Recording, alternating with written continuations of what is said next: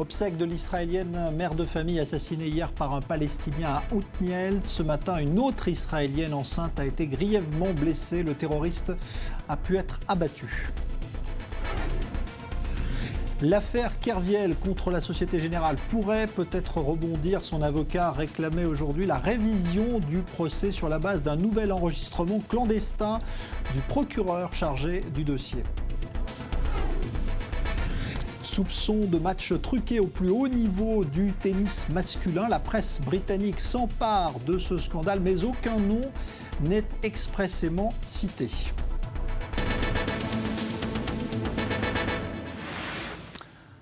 Bonsoir. Pour la deuxième fois en moins de 24 heures, une Israélienne a donc été poignardée en Cisjordanie. Une femme enceinte est grièvement blessée ce matin dans l'implantation de Tkoa, au moment où avaient lieu les obsèques de la mère de famille assassinée hier devant ses enfants à Othniel.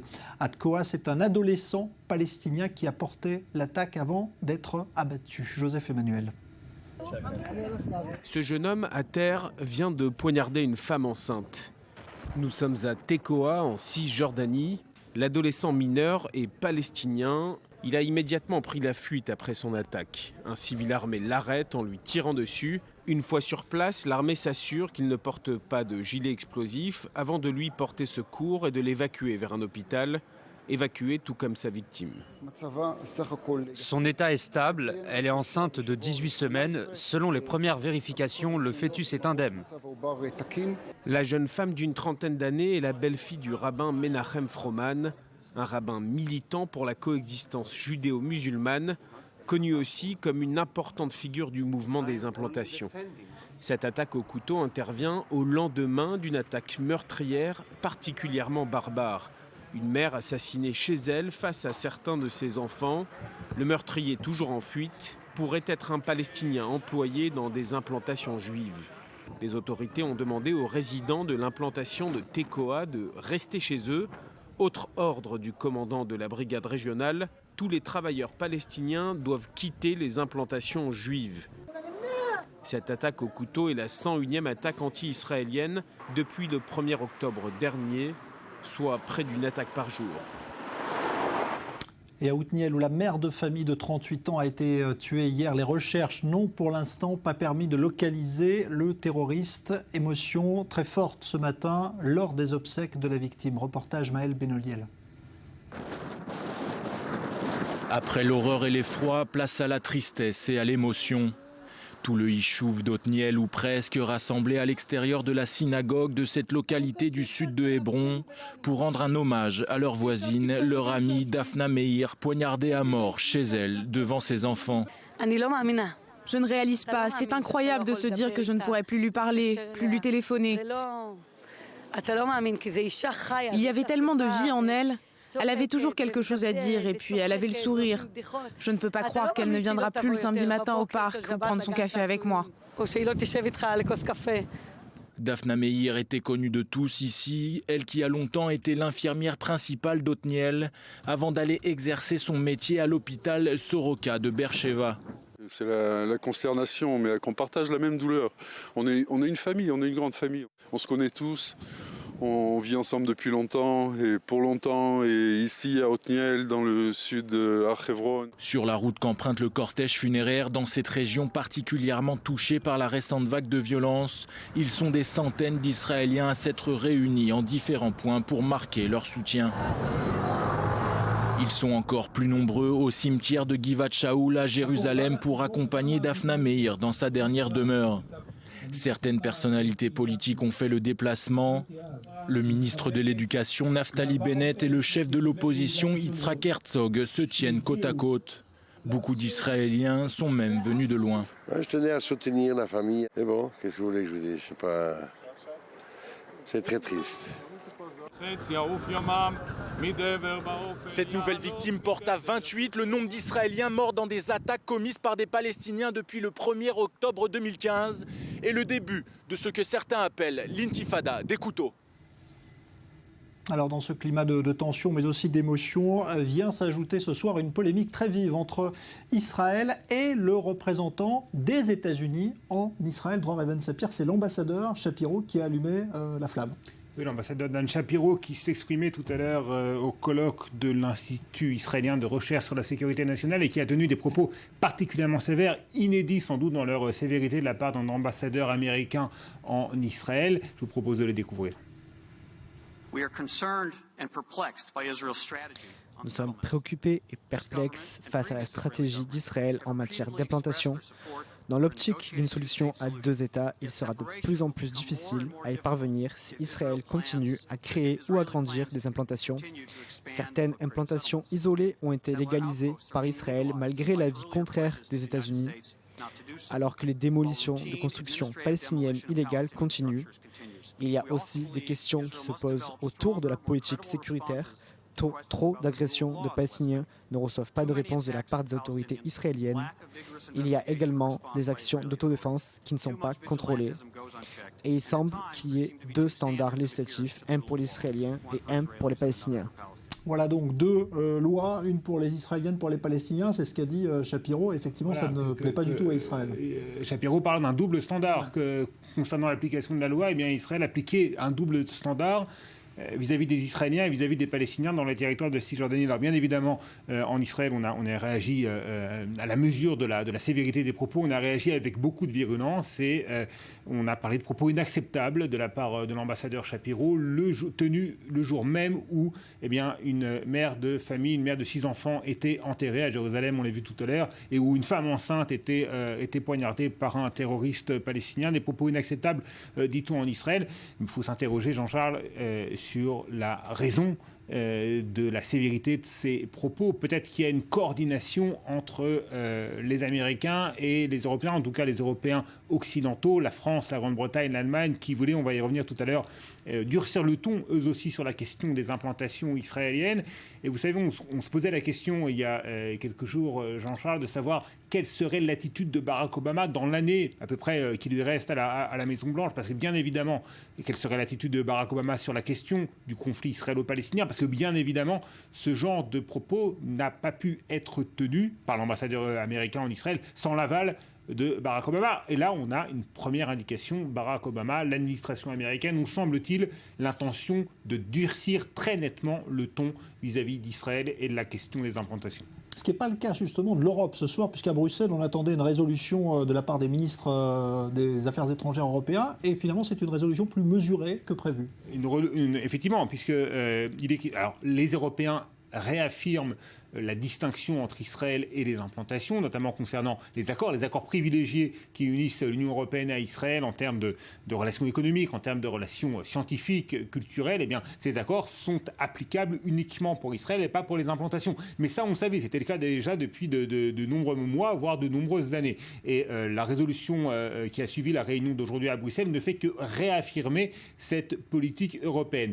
Mais les Britanniques, les Allemands, les Français, semble-t-il, voulaient aller plus loin. Et là, la diplomatie européenne a sans doute agi avec efficacité. Benjamin Netanyahou s'est entretenu au téléphone au cours de ces derniers jours avec des dirigeants de certains pays européens qui sont plus proches d'Israël diplomatiquement, notamment la Hongrie, notamment Chypre, notamment la Grèce, alors que la Grèce est dirigée, c'est un peu un paradoxe, par une formation d'extrême gauche. Eh bien, sur ces questions-là, elle est plus proche d'Israël. Et ces pays ont pesé, parce que la décision devait être prise par consensus, ces pays ont pesé de tout leur poids pour adoucir une résolution qui, semble-t-il, à l'origine, devait être plus sévère encore vis-à-vis d'Israël. Merci, Dror Even Sapir. On reviendra dans une vingtaine de minutes sur ce débat, justement, entre implantation et intérieur de ce que l'on appelle la ligne verte. Au Burkina Faso, l'enquête se poursuit pour tenter d'éclaircir les conditions dans lesquelles l'attaque de vendredi a pu être perpétrée.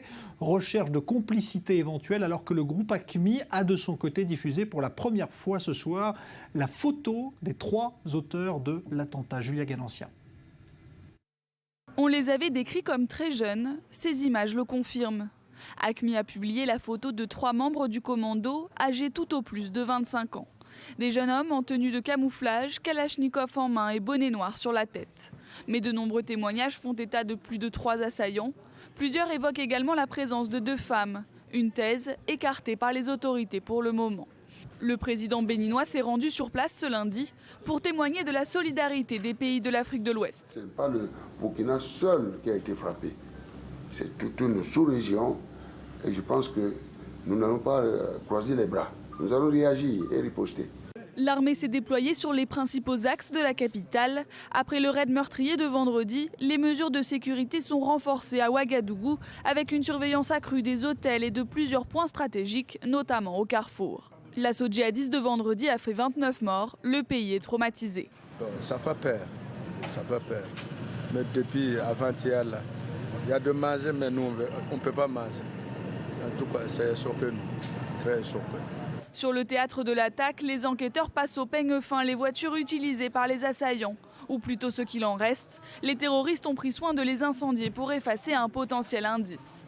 Selon une source au sein de la gendarmerie, les djihadistes ont réservé une chambre à l'hôtel Splendide, un des hôtels attaqués, et ont donc probablement procédé à des repérages des lieux avant de passer à l'acte. La police burkinabé cherche maintenant à établir si les djihadistes ont bénéficié de complicité. Pour John Kerry, le secrétaire d'État américain, l'échange de prisonniers avec Téhéran n'est en rien lié à l'application de l'accord sur le nucléaire iranien. Il ne s'agirait que d'une heureuse coïncidence. L'Iran qui, de son côté, a dénoncé aujourd'hui les nouvelles sanctions prises contre son programme de missiles balistiques. Joseph Emmanuel. Sourire de satisfaction et poignée de main généreuse, le chef de l'AIEA est à Téhéran. 2 jours seulement après l'entrée en vigueur de l'accord sur le nucléaire, Yukiya Amano rencontre le président Rouhani. Un président qui a annoncé dimanche vouloir résoudre les problèmes régionaux de manière rationnelle. Un président qui, face à ses ministres, est revenu sur la nouvelle relation de son pays avec l'Amérique. Nous n'avons pas l'intention de faire confiance à des pays comme les États-Unis uniquement parce qu'il y a désormais un plan conjoint d'action globale. Il y a quelques mécanismes que nous comptons utiliser pour résoudre les différends si les États-Unis violent l'accord. Les analystes dénoncent un subtil renversement de situation, car c'est l'Iran qui semble désormais surveiller l'application par les États-Unis de l'accord sur le nucléaire. Les relations entre Téhéran et Washington sont loin d'être normalisées. Barack Obama aura attendu le départ d'Iran des otages américains pour faire ce que personne n'attendait, décréter de nouvelles sanctions contre l'Iran. Des sanctions financières suite à 2 essais balistiques iraniens en octobre et décembre dernier. Tout en appliquant cet accord nucléaire, nous reconnaissons qu'il subsiste des divergences entre les États-Unis et l'Iran. Nous restons déterminés à empêcher l'Iran de déstabiliser la région, ce qui inclut ses menaces contre Israël et nos partenaires du Golfe. Des menaces prises très au sérieux par l'État juif, avec une mise au point du Premier ministre israélien aux allures d'avertissement. La politique d'Israël demeure inchangée. Nous ne permettrons pas à l'Iran de se doter de l'arme nucléaire. Mais les inquiétudes américaines, israéliennes ou saoudiennes n'entachent pas ce qui est une nouvelle ère pour l'Union européenne. Vendredi, Federica Mogherini confirmait la levée des sanctions. Et depuis juillet, les entreprises européennes se tiennent prêtes. Airbus a signé 15 préventes. Renault et Peugeot sont sur le point de se réimplanter dans la République des Mollahs. Inquiétude quant au sort de 3 Américains qui auraient été enlevés à Bagdad, en Irak. Ils auraient été kidnappés dans un appartement dont la localisation et l'utilisation surtout ne sont pas très claires ce soir. On va essayer d'avoir des précisions justement avec Michael Horowitz qui est en ligne avec nous, expert en géopolitique. Bonsoir Michael Horowitz. Bonsoir. Cela fait très longtemps qu'il n'y a pas eu d'enlèvement de ressortissants américains en Irak et à Bagdad. Oui, c'est assez inquiétant en fait, puisque pour l'instant, en fait, la piste principale vers laquelle semble se diriger l'enquête, c'est celle d'un kidnapping politique par une des nombreuses milices chiites qui opèrent en Irak, puisque en fait les 3 Américains ont été enlevés dans le quartier de Dora, dans un appartement dont il semble qu'il servait de maison de passe, en fait, dans un quartier qui était connu pour être un bastion de certaines milices chiites opérant dans la capitale, et que en fait l'ambassade américaine avait aussi, semble-t-il, reçu des menaces provenant de ces mêmes milices. Je voudrais rappeler que l'armée irakienne est en fait épaulée par une multitude de milices chiites qui opèrent en fait avec l'aval du gouvernement irakien et participe à l'effort de guerre contre l'État islamique. Or, ces mêmes milices chiites pro-iraniennes sont extrêmement anti-américaines. Rappelez-vous qu'après l'invasion de l'Irak en 2013, l'armée américaine avait dû faire face non seulement à une rébellion sunnite menée par la branche locale d'Al-Qaïda qui est devenue l'État islamique, mais aussi à une vague d'attaques par ces mêmes milices chiites pro-iraniennes qui constituent maintenant une force majeure en Irak. Or, ces milices se sont explicitement opposées au déploiement de personnel américain en Irak ces dernières années, notamment par le biais d'un de leurs personnages les plus influents, Moqtada al-Sadr, qui a à plusieurs reprises menacé la reprise d'une lutte armée contre l'armée américaine si des soldats américains étaient déployés en Irak. Est-ce qu'on a des précisions sur l'identité de ces 3 Américains, justement, Michael ?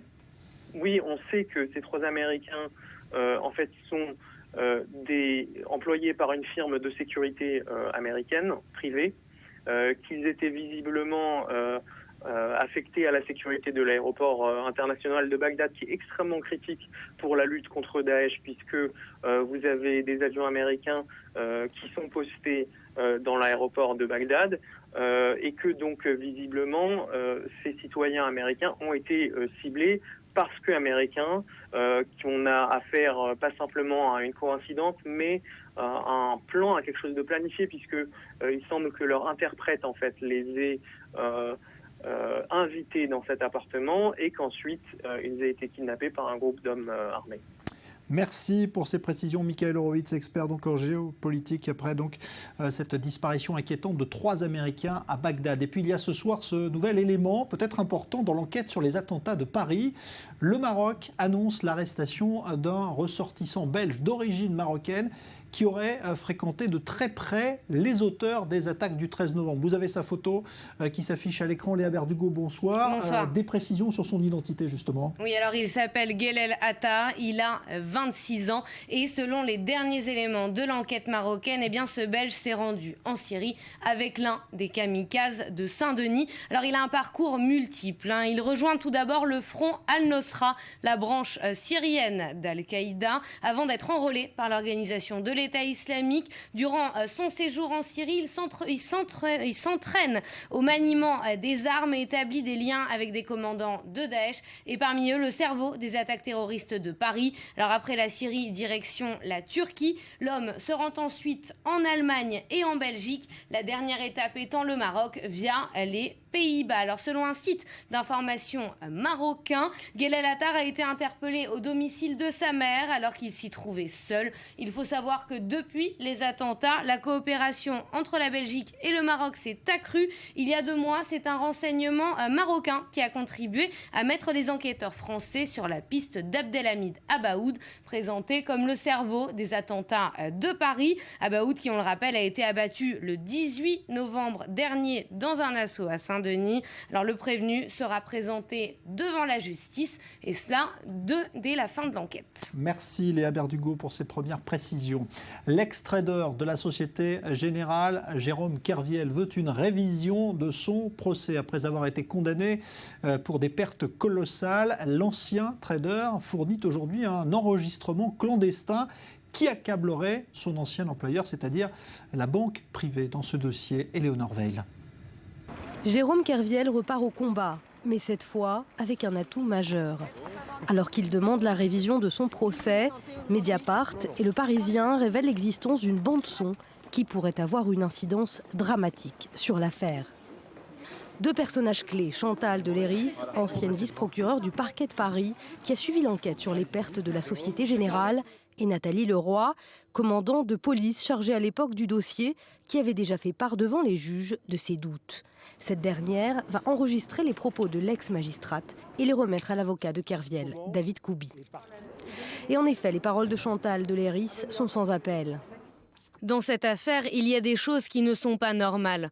Quand vous en parlez, tous les gens qui sont dans la finance rigolent, sachant très bien que la Société Générale savait. La SOGé savait. C'est évident, évident. Une déclaration qui relance le débat autour de cette question, toujours au cœur de ce scandale financier. Est-ce que la banque savait? Et si elle savait, pourquoi a-t-elle laissé faire? Autre point tout aussi crucial, la connivence entre les membres du parquet de Paris et les avocats de la Société Générale. Le parquet aurait-il manipulé l'enquête pour protéger les intérêts de la banque? C'est sur cela que l'avocat de l'accusé appuie sa requête. Je suis dégoûté du contenu des enregistrements, Voilà, je n'ai même pas de mots pour dire ce que je ressens quand j'ai entendu ça. Voilà, j'ai honte pour la justice. Mais ça fait des années que je vous le dis, que le dossier est truqué, que le dossier est sponsorisé, on me l'a reproché comme David vient de le dire. Voilà, maintenant ça apparaît au grand jour et c'est pas fini, je crois. J'ai toujours été optimiste, même s'il y a des coups de mou par moment, je suis au combat, mes avocats sont au combat et on lâchera rien. Et là encore, les déclarations de Chantal Leyris sèment un peu plus le doute.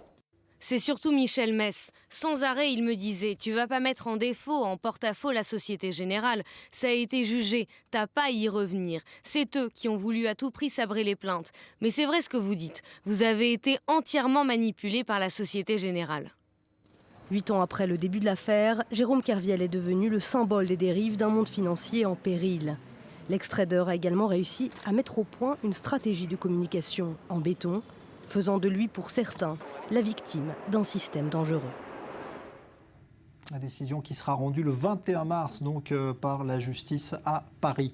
On est à 2 jours du Forum économique de Davos en Suisse et c'est le moment choisi par une ONG britannique pour publier une étude qui laisse penseur. La répartition des richesses dans le monde, l'écart ne s'est jamais autant creusé qu'au cours des derniers mois, si bien qu'aujourd'hui, 1% des plus riches possèdent plus que 99% des habitants de la planète. Alors Lionel Friedfeld, bonsoir, vous êtes analyste financier. Ça mérite explication. D'abord, est-ce qu'on peut s'appuyer sur la véracité des chiffres fournis ? Alors, tout d'abord, les riches deviennent de plus en plus riches. C'est un fait. Effectivement, c'est Oxfam, qui est une ONG anglaise, qui vient de révéler ça dans un rapport qu'elle vient bizarrement de divulguer, comme vous l'avez dit, à 24 heures de Davos. Alors, le chiffre le plus important, c'est surtout 62 individus au monde, en fait, ont une richesse, en fait, qui englobe quasiment 50% de la richesse mondiale. Ce qui veut dire que 62 individus sont plus riches que le reste de la planète. Ça, c'est un chiffre important.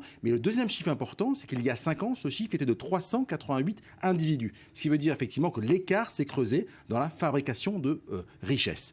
Ce qui est important de noter également, vous l'avez dit, c'est que ça intervient près de Davos. Pourquoi ? Parce que justement, cette ONG est en train de manipuler, en tout cas fait un coup de buzz ou de communication en disant « Attention, en fait, les riches deviennent plus riches parce qu'ils utilisent des paradis fiscaux et il faut notamment fermer les paradis fiscaux. » Alors, ce qu'il faut expliquer aussi, parce que si ces écarts se creusent aujourd'hui, quelle conséquence ça a finalement ? Est-ce que ça veut dire qu'il y a plus de pauvreté ou est-ce que ce sont les plus riches qui deviennent tout simplement plus riches ? Alors, tout d'abord, comme vous l'avez dit, c'est que ces chiffres viennent d'une ONG. Plusieurs économistes remettent en cause ces chiffres, notamment sur le mode de calculation. C'est impossible aujourd'hui de savoir quelle est la création de richesse globale dans le monde, de savoir qui est riche, qui est pauvre. On donne des grands indicateurs. Effectivement, ça sert à faire du buzz de la communication en disant les riches sont de plus en plus riches. Il faut savoir que Oxfam est une ONG anticapitaliste, quasiment antisioniste, puisqu'elle dénonce les méfaits d'Israël, anti-mondialiste, et donc il faut vraiment, prendre avec précaution l'ensemble de ces chiffres. Qu'est-ce qu'on va en faire de ces chiffres à Davos, justement ? On va les évoquer ? Ça va susciter des réactions ? On va les évoquer. Surtout, elle dénonce simplement que 9 sociétés sur 10 présentes à Davos utilisent des paradis fiscaux. Donc, ils vont essayer encore de renforcer la lutte, notamment contre le blanchiment d'argent et les paradis fiscaux. On sait d'où viennent ces personnes les plus riches. Elles sont réparties également sur... C'est la liste classique. Le Mexicain Carlos Slim, le milliardaire. On a Bill Gates. On a tous les gens dans la high-tech. Mais on a également des chefs d'État. On s'en souvient de Kadhafi, mais aussi de l'ancien président d'Égypte. Donc c'est un mélange de chefs d'État dictateurs, mais également d'entrepreneurs. Merci Lionel Friedfeld. Et puis aujourd'hui, justement en contrepoids presque à ces chiffres, eh bien, François Hollande a présenté un ambitieux plan pour l'emploi, plan d'urgence pour notamment former plus de 500 000 chômeurs. Explication Julia Ganancia. François Hollande le sait, c'est le plan de la dernière chance. Dernière année pleine de son mandat, le président fait de l'inversion de la courbe du chômage la condition de sa candidature à un second mandat en 2017.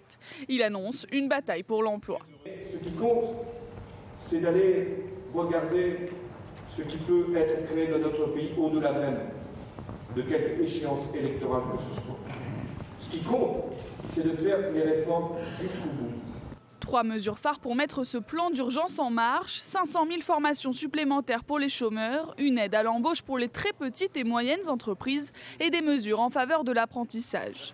Ce plan d'urgence a un coût, plus de 2 milliards d'euros, dont 1 milliard consacré à la formation de 500 000 chômeurs, des dépenses qui seront compensées intégralement par des économies selon le chef de l'État. Pour que les chômeurs formés et les apprentis augmentent leurs chances de trouver du travail, de nouvelles mesures sont prises afin de soutenir l'emploi dans les PME. Toute entreprise de moins de 250 salariés qui recrutera un jeune ou un demandeur d'emploi, c'est-à-dire un salarié, payé entre 1 et 1,3 fois le SMIC, en CDI ou en CDD de 6 mois et plus, se verra verser une prime de 2 000 € par an. Face à l'inquiétude des Français et après de nombreuses promesses, le temps presse pour François Hollande. Le président avait promis que la courbe du chômage s'inverserait avant fin 2013. 650 000 chômeurs supplémentaires se sont inscrits à l'Agence nationale Pôle emploi depuis son élection en 2012.